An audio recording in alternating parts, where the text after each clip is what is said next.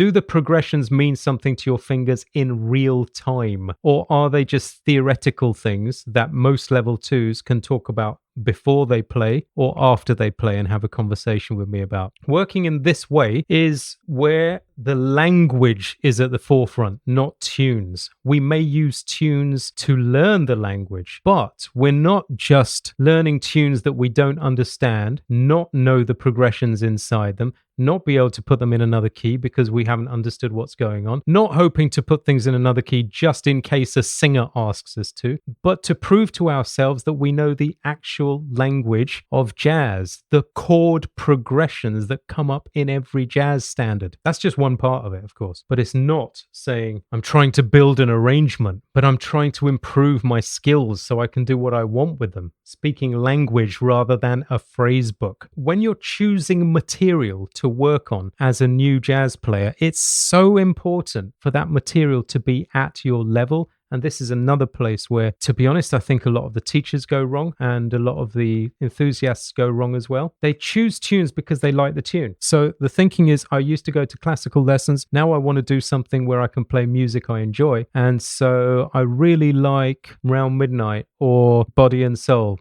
You know, I get new players bringing in, for me, some of the toughest tunes. Rather than, what is my level? What are the chord progressions I'm trying to master at the moment? Which tunes do it? Which tunes don't change key too often? And which ones are in keys that make sense for my level at the moment? Because if you are always reaching too far, then what happens is you have to fill in all that nutrition with fast food. It's like when the kid has got, say, grade 4 piano coming up and they've been pushed up to grade 4 because the parents have said to the piano teacher, why isn't he doing grade 4 yet? Okay, we'll do grade 4 this term. He can't read and play to grade 4 standard, so we're just going to have to say, look, these are the notes you play. Right? So it's a really, really different way of working. You can say stuff that you don't understand and think that you speak a language until somebody speaks to you, you can't, and then you can't understand anything. So that's the equivalent of never using your ears to learn a song, never being able to play what's in your head. Yeah, I could go on and on and on, but I won't. If you're enjoying this lesson, would you please give it a like and subscribe to the channel, hit the notification bell so you know when there's a new video. A positive comment in the comments section really helps as well. And if it's time to level up your playing and get some freedom, then consider joining us on Jazz Skills. More about that at the end.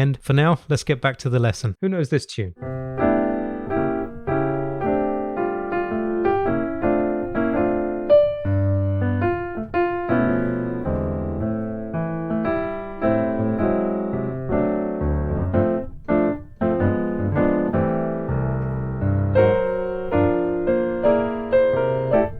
So, let's take a look at Taking a Chance on Love. This is what we call an AABA tune. I'll just tell you that. So I have a procedure that I go through with students that, first of all, we want to know which key we're in. This is in the key of C. I would normally figure that out, not by looking at the first chord as some people do, but the last chord. Normally a sixth chord, normally got the root in the melody as well. That tells me more about the key than other things do. And then I'll want to say, what is the form? So how can we chop this up into more sections? Well, I've already written this one out. You'll see the squares on the left.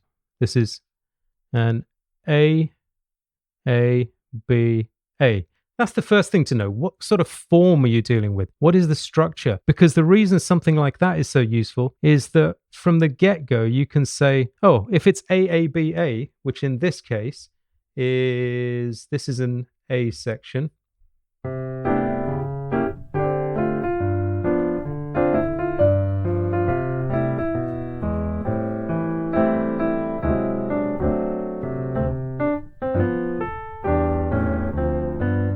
Then you're going to get two basically the same, and then a B, which is something else.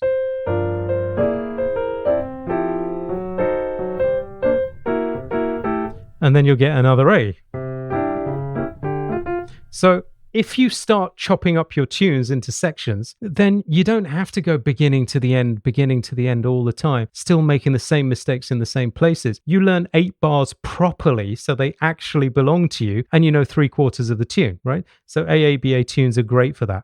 Next thing I want to do is look at progressions. So this is where I will zoom into, maybe we'll only get one section done, and that's fine. You'll get a taste for what we're talking about. I'm going to take the second A section because it's a little bit clearer. If grabbing a C sharp diminished isn't super easy for you, then don't just launch into the tune, right? Begin by saying, okay, I mean, it's calling it D flat on the virtual piano, but we're saying C sharp diminished, right? Keep taking a note from the bottom and putting it at the top. Just give yourself little exercises to play. I'm a big one for splitting them up into arpeggios rather than just going straight into the inversions. Yeah? Why do I care about inversions so much? If you only know that C sharp diminished in one position, then you're not getting any freedom by playing this tune. You should be a better musician because you played this tune, right? You shouldn't have more things to remember because you played this tune. You should be a better musician because of it. And you'll be a better musician if you know your C sharp diminished inversions up and down, right?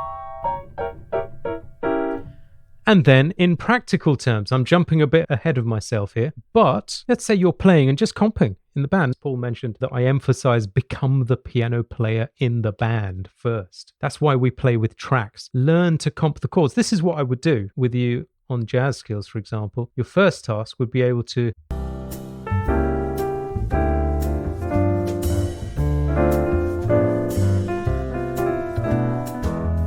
is just getting around the chords. If you just give me the melody note and say play, I don't know what to do except play the melody note. If you just give me the chords, I can do something in the band. I have a position there. I'm the harmony guy, right? Everything is built on top of the harmony. And I'm not saying be ignorant to the tune. I'm not saying don't be able to sing it, don't be able to play it. But what I'm saying is this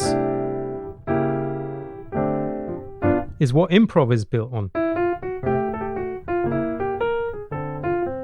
Not on the tune. These people that tell you you're supposed to just play the tune different and you're improvising is nonsense. It's built on the chord progressions, right? Your understanding of the tune is built on the chord progressions. The melody is normally built on the chord progressions. This tune has some exceptions, but you'll find tunes that are entirely built on chord notes. Okay, let's have a quick analysis of what's happening in this A section. So the first progression we get is actually this. Why do I know this is a progression? Because that C sharp diminished functions as an A7. Let's see how. Because 1-6-2-5 is just too common a progression not to know. 1, 6. This is a 6 minor, right? A minor 7. 2-5. But we'll also get 1, 6 dominant, A7, 2-5. And then that A7, when it's voiced and has this diminished chord above it, or some people say it's an A7 with a flat 9, fine. That's also a C sharp diminished. Don't worry that the virtual piano calls it D flat. C sharp diminished. So you've heard this before. 1-6-2-5, where the 6 is a dominant, right? Now, this means the same thing. It just has a different sound, right? So guess what? Somebody trying to play this tune who doesn't know that progression is going to struggle a lot more to know where they are and what's going on and to hear it when they hear somebody else play it, right? Or when they're trying to remember what the tune is. By the tune, I mean the whole, not just the melody, right? So first thing you want to do is make sure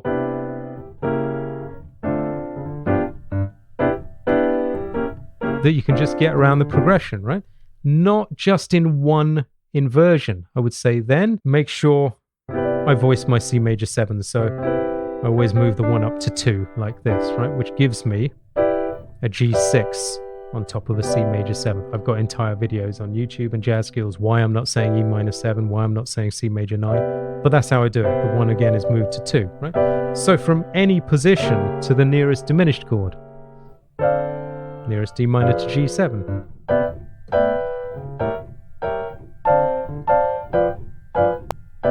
Okay, next up, we get a 2-5 in the key of C, 2-5-1, right? So now we've had basically a 1-6-2-5 function. We've had a 2-5-1.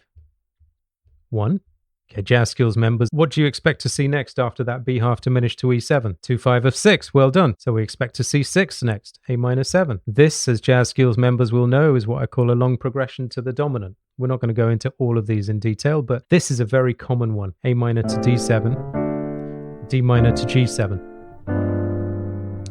Even if that's not where you are at the moment, that's fine. You're getting this 2-5. It's going to take you all the way back to beginning to 1, right? So we've got some common progressions in there. Let me just run over them quick. We've got a 1-6-2-5 type function. We've got a 2-5-1.